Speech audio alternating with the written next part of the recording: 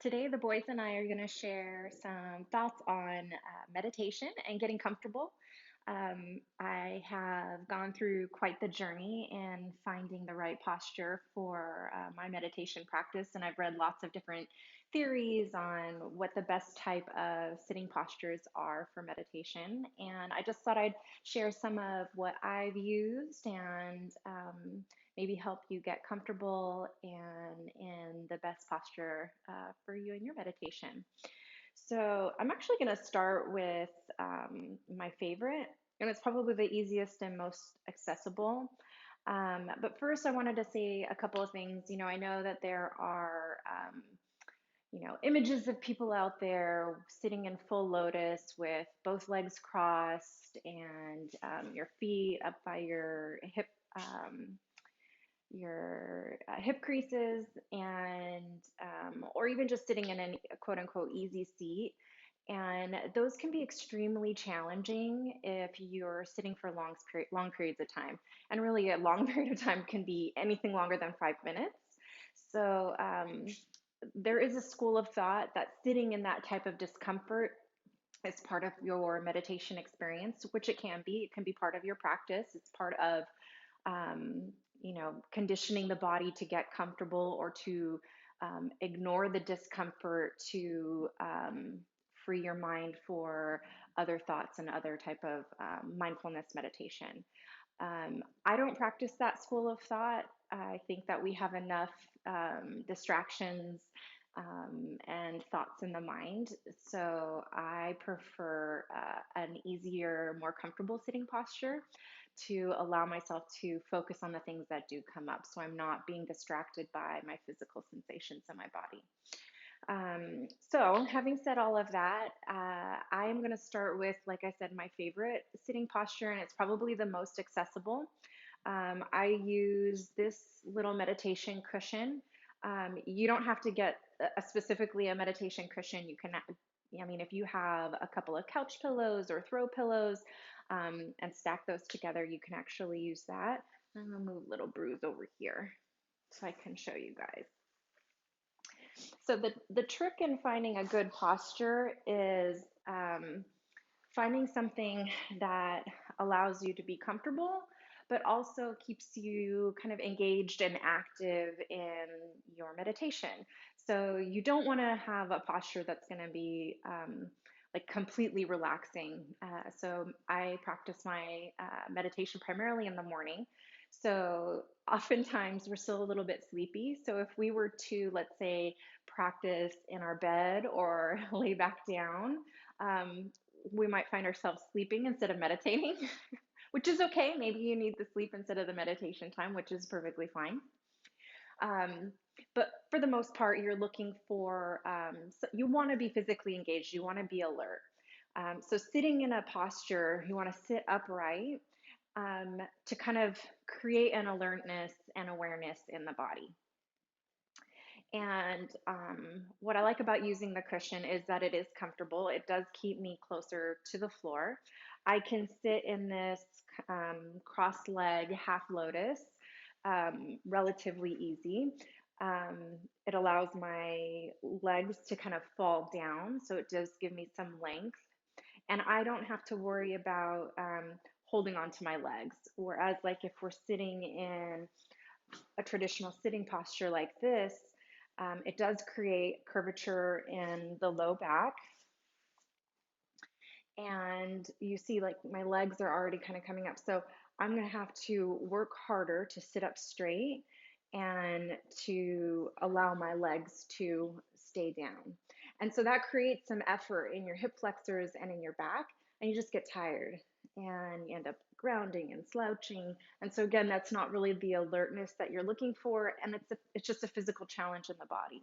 So with the cushion, it gives me a little bit of height and it makes it easier for me to maintain that natural curvature in the spine. So I'm not rounding. I'm able to stack shoulders over hips, and I can get rooted in my seat and grow tall in my spine and energetically reaching out through the crown of my head. So this is my preferred posture. It's the most comfortable. It's the one that I practice most often in. And in terms of hand positioning, again, it's just finding something that's comfortable for you. So there are all kinds of mudras or hand gestures, but my recommendation is, especially if you're starting, do what feels comfortable. So if that's, palms on knees, if it's the back of the hand on your knees, open your hands open and reaching to the sky, maybe sitting in your lap. Um, so finding something that's comfortable for you. So this is my preferred posture. This is probably the one that I use the most often. Another one to try is if you have yoga blocks. So these can be really nice, and you can adjust the height and the setting on them. I'm going to just demo with one block first. And you can come up onto your knees and you're going to sit with your sit bones on the edge of that block. So again, I'm maintaining that natural curvature in my spine. I'm not rounding here, so that's what I'm looking for. It's giving me some length. And again, my legs are kind of resting out long. I've got some length in my hip flexors, so I'm not holding on there. And you even have the option with your toes, if it feels good, you can tuck your toes. That's also a nice kind of activating option, and it helps you kind of feel even more grounded and rooted to the earth.